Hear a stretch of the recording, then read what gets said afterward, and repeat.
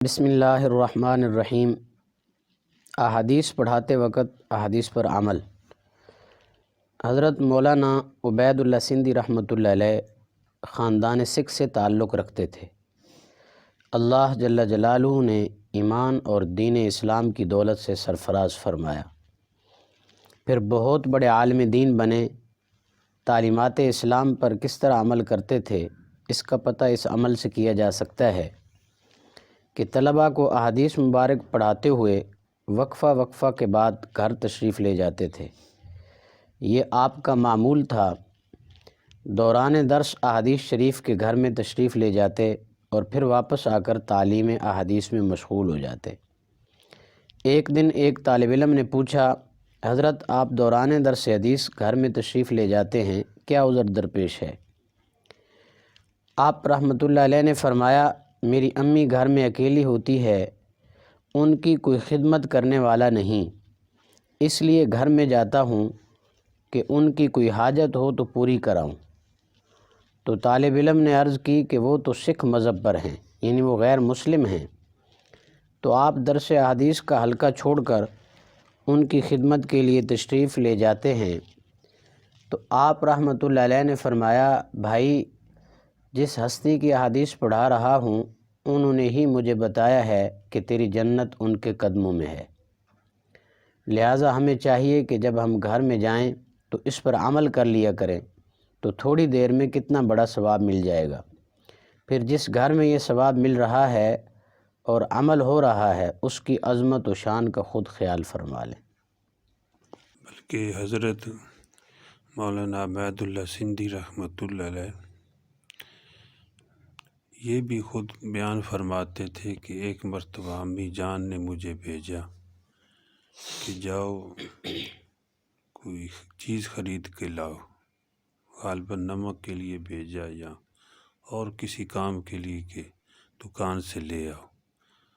تو فرماتے میں گھر سے نکلا، دیکھا مسجد کے قریب جب پہنچا، مسجد میں دیکھا تو نماز کا ٹائم جو ہو چکا تھا، وقت عصر کی نماز کا وقت ہو چکا تھا۔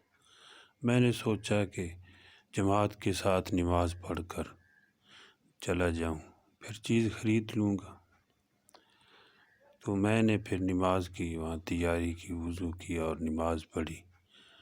نماز پڑھ کر وہ چیز جو امی جان نے بھیجا تھا کہ جاؤ فلاں چیز لے آؤ، نمک تھا یا اور کوئی چیز، تو جب لے کے گیا کچھ دیر ہو گئی، تو کہتے ہیں کہ امی نے مجھے جو ہے وہ جھڑکا اور پوچھا کتنی دیر کیوں لگائی؟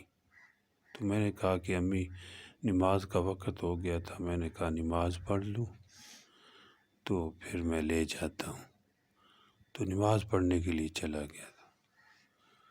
تو کہتے ہیں کہ امی غصے میں آ گئی کہ پوچھا، ان کا نام پہلے بوٹا سنگھ تھا غالباً، تو وہ کہتی تھی کہ بوٹیا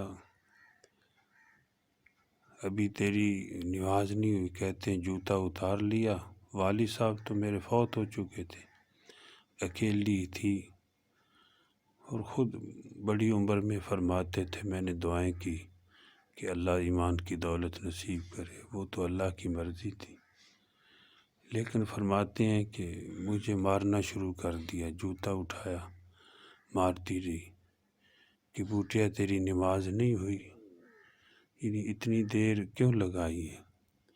کہتے ہیں مارتے مارتے جوتا ان کے ہاتھ سے گر جاتا، میں جوتا پکڑ کر پھر ان کو دے دیتا، وہ پھر مارتی رہتی کہ تقریباً مغرب کے ٹائم تک مجھے مارتی رہی۔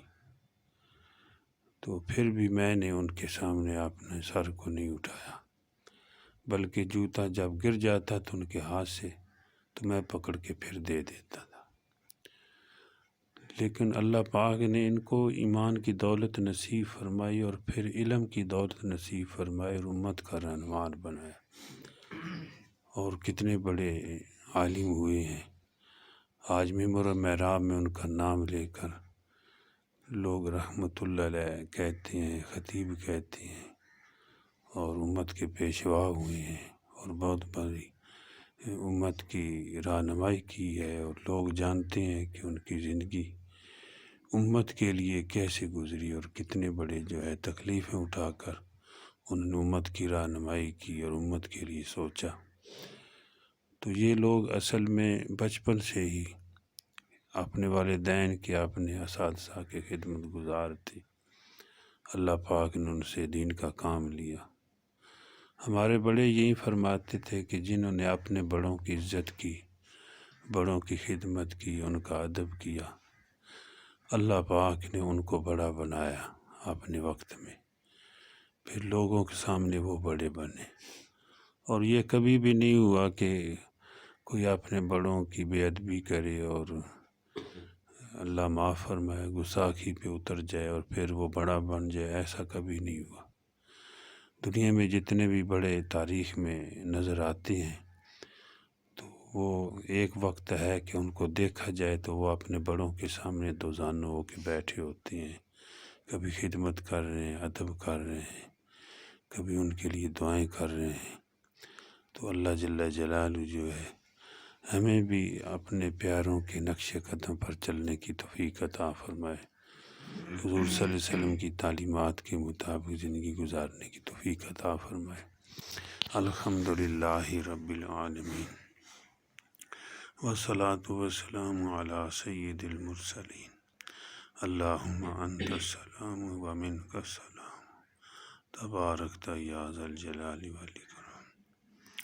ربنا اتمم لنا نورنا واغفر لنا انک علی کل شیء قدیر۔